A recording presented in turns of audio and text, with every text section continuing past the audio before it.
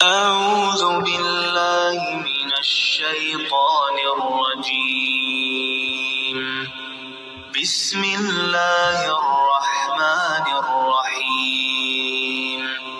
ایک ٹھگ باز چلاک شخص کسی گاؤں کے اندر پہنچا اور اس نے لوگوں کو ٹھگ لگانے کے بارے میں سوچا، لوگوں کی نفسیات کو چیک کیا۔ اس نے دیکھا کہ لوگوں کو دین کے نام پر لوٹا جا سکتا ہے، تو وہ گیا اور جا کر کچھ لوگوں سے کہا کہ میں ایسا شخص ہوں جس کے بارے میں اللہ تبارک و تعالیٰ نے قرآن مجید میں ذکر کیا ہے، بتایا ہے اس کے بارے میں۔ انہوں نے کہا کیسے، دکھاؤ ہمیں۔ اس نے دکھایا کہ قرآن مجید میں کافی جگہ پر موسیٰ لکھا ہوا تھا، موسیٰ علیہ السلام کا نام۔ اس نے کہا یہ میرا نام ہے اور قرآن مجید میں کافی جگہ پر لکھا ہوا ہے۔ تو لوگوں نے کہا ماشاءاللہ، سبحان اللہ، تمہارا نام قرآن کے اندر ہے، تمہارا ذکر قرآن کے اندر ہے، پھر تو تم بہت بڑی ہستی ہو۔ اس طرح لوگ اس کو ماننے لگے۔ ایک آدھ شخص نے تھوڑا بہت اعتراض اٹھایا تو اس نے کہا میں تمہارا نام بھی قرآن مجید میں سے ڈھونڈ کر دکھا دوں گا، تمہاری بھی بلے بلے ہو جائے گی۔ انہوں نے کہا دکھاؤ۔ ایک کا نام غفور تھا، اس نے دکھایا تمہارا نام قرآن کے اندر ہے، اس کو غفور دکھا دیا۔ اور دوسرے نے کہا کہ میرا نام رحیم ہے، وہ دکھاؤ قرآن مجید میں سے، اس نے رحیم دکھا دیا۔ اللہ تعالیٰ کے صفاتی نام ہیں، قرآن مجید میں موجود ہیں، اس نے دکھا دیے۔ وہ لوگوں کو اپنے نام کا بھی قائل بنا رہا تھا، اور وہ جو دو مخالف تھے ان کا نام بھی قرآن مجید میں سے دکھا دیا لوگوں کو کہ یہ بھی قرآن مجید میں ہے۔ تو اس گاؤں کے لوگ اس کی ان باتوں سے قائل ہو گئے اور پھر اس نے لوگوں کو لوٹنا شروع کر دیا، ٹھگ لگانا شروع کر دیا۔ تو جب کوئی شخص ان کے پاس پہنچتا کہ یہ شخص دغا باز ہے، لٹیرا ہے، تمہیں لوٹ رہا ہے، تو وہ کہتے نہیں، ہم نہیں مانتے۔ اس شخص کے بارے میں، اس شخص کی اچھائی جب اللہ تبارک و تعالیٰ نے قرآن مجید میں بیان کر دی ہے تو ہم تمہاری بات کیوں مانیں؟ وہ کسی کی بات نہیں سنتے تھے۔ کیونکہ انہیں نظر آتا تھا کہ اس کا نام قرآن مجید کے اندر ہے۔ اب لوگ جتنی سمجھائیں وہ سمجھتے نہیں تھے۔ اسی طرح کے کچھ لوگ پائے جاتے ہیں جو اپنے آپ کو امامت کا ماننے والے کہتے ہیں، شیعہ حضرات۔ وہ کہتے ہیں کہ اماموں کا ذکر قرآن مجید میں ہے، کہاں ہے بھائی، ہمیں دکھاؤ۔ کہتے ہیں کہ کافی جگہوں پر ہے۔ ایک شخص نے کہا کہ کافی جگہ پر قرآن مجید میں امامت کا ذکر ہے، کہاں ہے بھائی؟ تو ایک شخص نے ایک حوالہ دیا، باقی لوگوں نے بھی بہت جگہوں پر حوالے دیے ہیں، لیکن میں ایک حوالہ یہاں بتا رہا ہوں آپ کو۔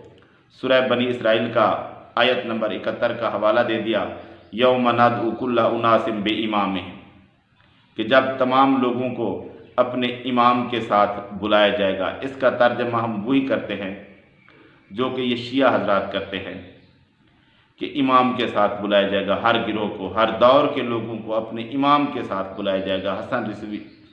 حسن رضوی نے یہ ترجمہ کیا ہے، شیعہ عالم نے۔ چلو بھائی، ہر دور کے لوگوں کو اپنے امام کے ساتھ بلایا جائے گا، اس میں جو یہ تمہاری امامت ہے یہ کہاں ہے؟ ہاں بھائی، امام جب ہیں تو پھر ہمارے ہی امام ہیں اور تو کوئی نہیں ہے۔ اگر صرف کسی شخص کے دعوی امامت سے وہ امام بن جاتا ہے، یا کوئی شخص کسی کے بارے میں کہہ دے کہ وہ امام ہے، وہ امام بن جاتا ہے، تو اس طرح تو بہت سارے لوگ جن کو لوگ امام کہتے ہیں وہ سارے امام ہو گئے، پھر ان کو مان لیں۔ تمہارے لیے کیا خاص بات ہے؟ کوئی خاص بات نہیں ہے۔ تو اس طرح تو امام ابو حنیفہ کہا جاتا ہے، امام مالک کہا جاتا ہے، امام شافعی کہا جاتا ہے، امام بخاری کہا جاتا ہے، تو پھر وہ بھی امام ہیں؟ نہیں بھائی، صرف ہمارے امام ہیں۔ کیوں بھائی، تمہارے صرف کیوں امام ہیں؟ کیونکہ یہ اہل بیت میں سے ہیں۔ اچھا بھائی، اہل بیت میں سے ہیں، شیعہ امام، گڈ۔ تو شیعہ کے جو امام اہل بیت کے نام سے بنائے گئے ہیں وہ سب شیعہ مانتے ہیں؟ بالکل نہیں۔ کسانیہ محمد بن حنفیہ کو مانتے ہیں، یہ کہیں گے کہ نہیں وہ تو اہل بیت میں سے نہیں ہے۔ تمہارے کہنے سے نہیں ہوگی یہ بات، اہل بیت میں سے تھے، علی رضی اللہ تعالیٰ عنہ کے بیٹے تھے، اہل بیت میں سے تھے، فاطمی سادات میں سے نہیں تھے، یہ بات ٹھیک ہے۔ اچھا بھائی، زیدی اپنے امام مانتے ہیں، وہ تو سارے فاطمی سادات میں سے تھے۔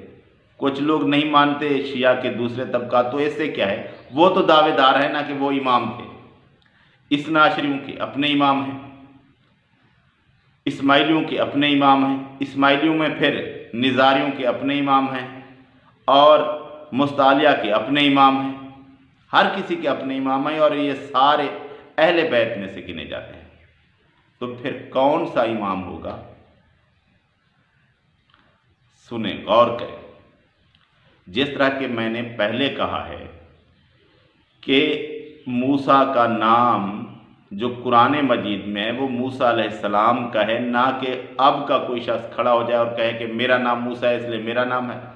ابراہیم علیہ السلام کا نام قرآن مجید میں آیا ہے، اب کوئی بندہ کھڑا ہو جائے ابراہیم نام کا اور کہے کہ یہ میرا نام ہے قرآن مجید میں، تو اس طرح تو نہیں ہوتا نا۔ ابراہیم ہے قرآن مجید میں لیکن آج کا نہیں، وہ پہلے کا تھا ابراہیم۔ موسیٰ بھی ہے قرآن مجید میں، وہ آج کا موسیٰ نہیں، وہ موسیٰ علیہ السلام کا نام تھا۔ عیسیٰ بھی ہے قرآن مجید میں لیکن آج کے عیسیٰ کا نام نہیں، وہ عیسیٰ علیہ السلام کا نام ہے قرآن مجید میں۔ اور قرآن مجید میں کہیں بھی نہیں ہے کہ نبی صلی اللہ علیہ وآلہ وسلم کے بعد کوئی ایسے لوگ ہوں گے جو کہ امام ہوں گے، امام شریعت ہوں گے، اور وہ جو شریعت بتائیں گے وہ اللہ تعالیٰ کی طرف سے ہوگی۔ ایسی کوئی بات قرآن مجید میں نہیں ہے۔ اور اس کا ترجمہ پیشوا امام اگر کریں ہم اس آیت کا، تو اس سے مراد کیا ہے کہ پیچھے بھی پیغمبر گزرے ہیں، وہ امام تھے، پیشوا تھے، اور کچھ لوگوں نے گمراہ لوگوں کی اقتدا کی، جیسے فرعون کی، نمرود کی، وہ گمراہوں کے امام تھے، پیشوا تھے، جو ان کے پیچھے چلے وہ انہی کے ساتھ جائیں گے۔ ویسے اس آیت کا ترجمہ کچھ لوگ اعمال نامے سے بھی کرتے ہیں، لیکن امام کا، پیشوا کا ترجمہ ادھر کرتے ہیں۔ تو انبیاء بھی ہوں گے، پیشوا، مقتدا، امام۔ تو جو لوگ انبیاء کی پیروی کرنے والے ہیں، ابراہیم علیہ السلام کی، اسحاق علیہ السلام کی، یعقوب علیہ السلام کی، موسیٰ علیہ السلام کی، عیسیٰ علیہ السلام کی، وہ انہی کے ساتھ ہوں گے۔ اور آخری امام، آخری پیشوا، آخری مقتدا محمد الرسول اللہ صلی اللہ علیہ وآلہ وسلم ہیں۔ اور جو لوگ محمد صلی اللہ علیہ وآلہ وسلم کو امام مانتے ہیں، ان کی پیروی کرتے ہیں، ان کے پیچھے چلتے ہیں، وہ انہی کے ساتھ جائیں گے۔ اور ہمارا امام محمد رسول اللہ صلی اللہ علیہ وآلہ وسلم ہے، اور ہم ان کو ہی امام مانتے ہیں، ان کے علاوہ ہم کسی کو امام شریعت نہیں مانتے، اور ہم انہی کے ساتھ جائیں گے۔ تو امام یہی لوگ ہیں، پیغمبر اللہ کے، نبی اللہ کے، نبی صلی اللہ علیہ وآلہ وسلم کے بعد بھی کوئی امام ہوگا، اس کی دلیل قرآن مجید میں کوئی نہیں ہے۔ بات یہ ہے کہ آپ اس بات کی دلیل لے آئیں نا کہ قرآن مجید میں یہ بات ہے کہ نبی صلی اللہ علیہ وآلہ وسلم کے بعد کوئی ایسا امام ہوگا جو امام شریعت ہوگا، اور اس کی بات ویسے ہی ہوگی جس طرح نبی کی بات ہے، اس طرح کی بات پورے قرآن مجید میں کہیں نہیں ہے۔ اور پھر کہتے ہیں کہ ہم حدیث سے دلیل لے آتے ہیں۔ چلو بھی حدیث سے لے آؤ، کون سی دلیل؟ بھئی غدیر خم کے موقع پر نبی صلی اللہ علیہ وآلہ وسلم نے کہا تھا من کنت مولا فہذا علی مولا۔ اچھا بھئی، اس میں ہے کہ میرے بعد علی رضی اللہ تعالیٰ عنہ کی پیروی کرنا، ان کے پیچھے چلنا، ایسی کوئی بات ہے؟ نہیں ہے۔ باقی آپ جو معنی کر لیں، لیکن امامت اور ان کے پیچھے چلنے کا معنی آپ نہیں نکال سکتے۔ ہاں، آپ اس کو مشکوک بنا دیں، ترجمہ کرنے کی کوشش کریں، اس کی بات میں بعد میں علی رضی اللہ تعالیٰ عنہ سے کیا مطلب نکلتا ہے اس کا وہ بیان کرتا ہوں۔ پھر کہتے ہیں اچھا حدیث ثقلین بیان کر دیتے ہیں ہم، بھی وہ بھی کر دو بیان۔ اس کے اندر جو صحیح روایات ہیں کہیں بھی علی رضی اللہ تعالیٰ عنہ یا اہل بیت کے پیچھے چلنے کی بات نہیں ہے۔ چلنے کی بات آپ بنا لیں یا کچھ روایات سے آپ مطلب یہ نکال لیں کہ اہل بیت کے پیچھے چلنا چاہیے، تو اس طرح کی روایات تو اور صحابہ کے بارے میں بھی ہیں، لیکن اہل بیت کے کسی فرد کی اس طرح اقتداء جس طرح نبی صلی اللہ علیہ وآلہ وسلم کی کرنی ہے، اس طرح کی کوئی حدیث بھی نہیں ہے۔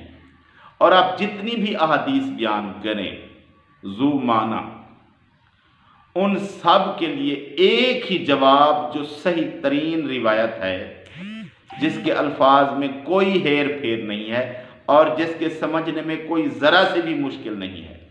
آپ کی مولا والی روایت کے کوئی مطالب ہو سکتے ہیں، کئی معنی ہو سکتے ہیں، کئی مطلب ہو سکتے ہیں۔ حدیث ثقلین بھی کوئی واضح نہیں ہے اور بھی کوئی روایت اس طرح کی واضح نہیں ہے۔ جس طرح کی روایت میں بیان کر رہا ہوں وہ واضح ترین روایت ہے، اس کے الفاظ بالکل واضح ہیں، اور وہ ہے صحیح بخاری کی 4447 نمبر حدیث، جس کے اندر علی رضی اللہ تعالیٰ عنہ عباس رضی اللہ تعالیٰ عنہ کے کہنے کے باوجود نبی صلی اللہ علیہ وآلہ وسلم کے پاس خلافت کی بات کرنے کے لیے نہیں گئے، امارت کی بات کرنے کے لیے نہیں گئے، اور واضح طور پر کہا کہ میں اللہ کی قسم کبھی نبی صلی اللہ علیہ وآلہ وسلم کے پاس یہ بات کرنے نہیں جاؤں گا۔ اگر ہم گئے اور نبی صلی اللہ علیہ وآلہ وسلم نے انکار کر دیا تو پھر کبھی لوگ ہمیں اس خلافت امارت میں شامل نہیں کریں گے۔ تو آپ جتنی روایات پیش کرتے ہیں سب کا رزلٹ یہ ہے کہ علی رضی اللہ تعالیٰ عنہ کو ان کا یہ مطلب پتہ نہیں تھا، انہوں نے یہ مطلب نہیں سمجھا جو تم نے سمجھا، نہ کسی صحابی نے سمجھا، نہ علی رضی اللہ تعالیٰ عنہ نے سمجھا، نہ عباس رضی اللہ تعالیٰ عنہ نے سمجھا، کسی نے نہیں سمجھا، یہ صرف تم نے سمجھا۔ تو تمہارے سمجھنے سے یہ مطلب نہیں نکل سکتا، اور تم جتنی بھی روایات بیان کرتے ہو وہ اس واضح روایات کا مقابلہ نہیں کر سکتی، کیونکہ یہاں صاف ستھرے واضح الفاظ میں بات ہے کہ علی رضی اللہ تعالیٰ عنہ کے لیے نبی صلی اللہ علیہ وآلہ وسلم نے خلافت کی کوئی بات نہیں کی تھی۔ اس وجہ سے انہوں نے ادھر یہ بات نہیں کی، بلکہ انہوں نے کہا کہ میں تو نہیں جاؤں گا کہ نبی صلی اللہ علیہ وآلہ وسلم کہیں منع نہ کر دے۔ اگر نبی صلی اللہ علیہ وآلہ وسلم نے کہیں بات کی تھی تو علی رضی اللہ تعالیٰ عنہ ادھر بتاتے کہ نبی صلی اللہ علیہ وآلہ وسلم نے میری یا میرے بعد میری اولاد کی امامت کی بات کی ہے۔ علی رضی اللہ تعالیٰ عنہ نے یہ بات نہیں کی۔ اس کا مطلب ہے کہ آپ اپنی طرف سے ایک مطلب نکال رہے ہیں جس کی کوئی ویلیو نہیں ہے۔